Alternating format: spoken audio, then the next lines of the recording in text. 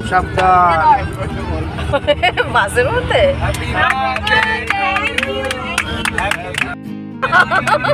এ সবাইকে নিয়ে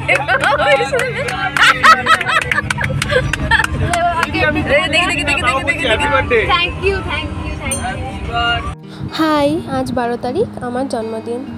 তো আমরা সবাই দীঘা থেকে বাড়ি ফিরছি। এখন আমরা কোলাঘাটে রয়েছি। তো যেমনটা তোমরা ভিডিওতে দেখলে, রাত 12টার সময় হুট করে ছোটো সেলিব্রেশন করলো। এই প্রথমবার আমি 12টার সময় কেক কাটিং করলাম। ছোটো হুট করে সারপ্রাইজটা দিল। আর এই চকলেট দুটো প্রিয়াঙ্কা কাকিমা দিয়েছে। কখন যে এইসব করলো কিছু বুঝতেই পারলাম না। তো বাড়ি ফিরেছি ভোর 5টায়। তারপরে সারাটা দিন ঘুমিয়ে কাটলো। ভীষণ অসুস্থ, বাড়ির সবাইও মোটামুটি অসুস্থ হয়ে পড়েছে। কারোরই শরীরটা ঠিক নেই, সবারই ঠান্ডা জ্বর লেগেই রয়েছে। তো শুভঙ্কর সন্ধ্যাবেলা এসে বললো একটু রেডি হতে, বেরোবো।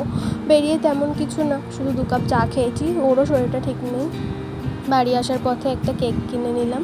শুভঙ্করই বললো চলো একটু ছোটো করে সেলিব্রেশন করা হোক। শুভঙ্কর ছিল বলেই হয়তো সেলিব্রেশন করা হলো, নাহলে এবছর কিছুই হতো না, কারণ সবাই আমরা অনেকটাই অসুস্থ। তো ছোট্ট মতন করে সেলিব্রেশন করলাম। আর চোখ মুখ পুরো মানে ফুলে গেছে, এত ঘুমিয়েছি। গলার অবস্থা ভীষণ খারাপ, জ্বরও এসছে, ঠান্ডাও লেগে রয়েছে। তো কেকের ফার্স্ট বাইটটা আমি নিলাম, কারণ আজ আমার জন্মদিন। তো আস্তে আস্তে তারপরে আমিও সবাইকে একটু কেক খাই দিলাম, এখানে মাকে, বোনকে, শুভঙ্করকে। তো আজকের দিনটা এভাবেই ঘুমিয়ে অসুস্থতা এভাবেই কাটলো। দীঘার ব্লগগুলো না খুব তাড়াতাড়ি পোস্ট হবে, সবাই একটু পাশে থেকো প্লিজ। আর এই যে আমার হাঁড়িওয়ালা মুখ, চোখ দুটো দেখো ভীষণ অসুস্থ লাগছে। আজকের দিনটা এভাবেই কাটালাম। ভিডিওটা ভালো লাগলে একটা লাইক করো, বাই।